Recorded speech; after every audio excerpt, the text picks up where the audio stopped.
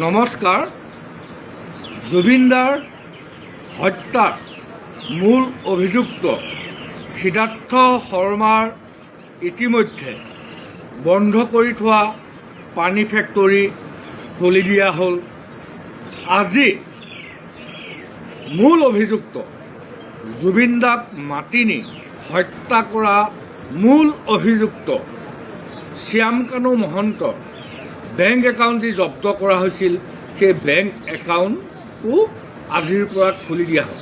কেৱল হিমন্ত বিশ্ব শৰ্মা বিজেপি নেতৃত্বাধীন চৰকাৰখনৰ ভুলৰ বাবে, SITৰ ভুলৰ বাবে সিদ্ধাৰ্থ শৰ্মা আৰু শ্যামকানু মহন্ত বাচি যাব। নিৰ্বাচনৰ পিছতেই তেওঁলোকে জেলৰ পৰা মুকলি আকাশৰ তললৈ আহিব।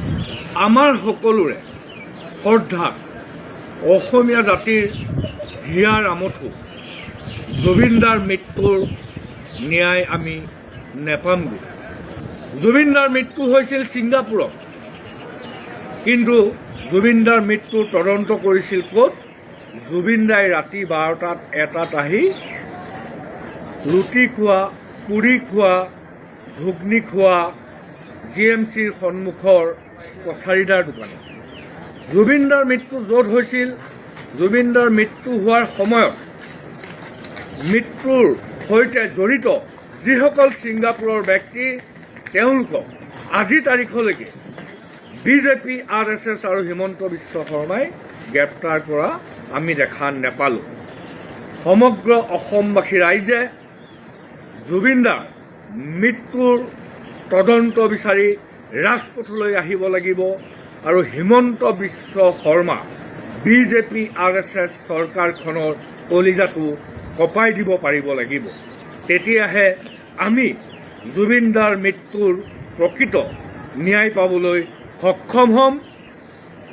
বিজেপি চৰকাৰৰ যি কেন্দ্ৰীয় মন্ত্ৰী অসমৰ পবিত্ৰ মাৰ্ঘেৰিটা, এই পবিত্ৰ মাৰ্ঘেৰিটা ডাঙৰীয়াৰ উদ্যোগত, ভাৰতৰ বৈদেশিক পৰিক্ৰমা বিভাগৰ উদ্যোগত, তাৰ ৰাজ্যিক মন্ত্ৰী পবিত্ৰ মাৰ্ঘেৰিটাৰ উদ্যোগত যি অনুষ্ঠান পতা হৈছিল ছিংগাপুৰত, আৰু সেই অনুষ্ঠানত এই অনুষ্ঠান পাতিবলৈ নি আমাৰ সকলোৰে মৰমৰ হিয়াৰ আমঠু জুবিনদাক মাৰি পেলোৱা হ'ল, হত্যা কৰা হ'ল। আৰু হিমন্ত বিশ্ব শৰ্মাই বাৰম্বাৰ কৈছে যে জুবিন গাৰ্গক হত্যা কৰা হ'ল, কিন্তু জুবিন গাৰ্গক হত্যা কৰা হ'ল বুলি কোৱাৰ পিছতো যি ধৰণে বিজেপি, RSSৰ অতি ঘনিষ্ঠ শ্যামকানু মহন্ত, সিদ্ধাৰ্থ শৰ্মাহঁতক বিজেপি, RSSে বচাবৰ কাৰণে যি কৌশল কৰিছে, নিৰ্বাচনৰ পিছত তেওঁলোকক জেলৰ পৰা মুকলি কৰি দিবৰ কাৰণে যি চেষ্টা চলাইছে,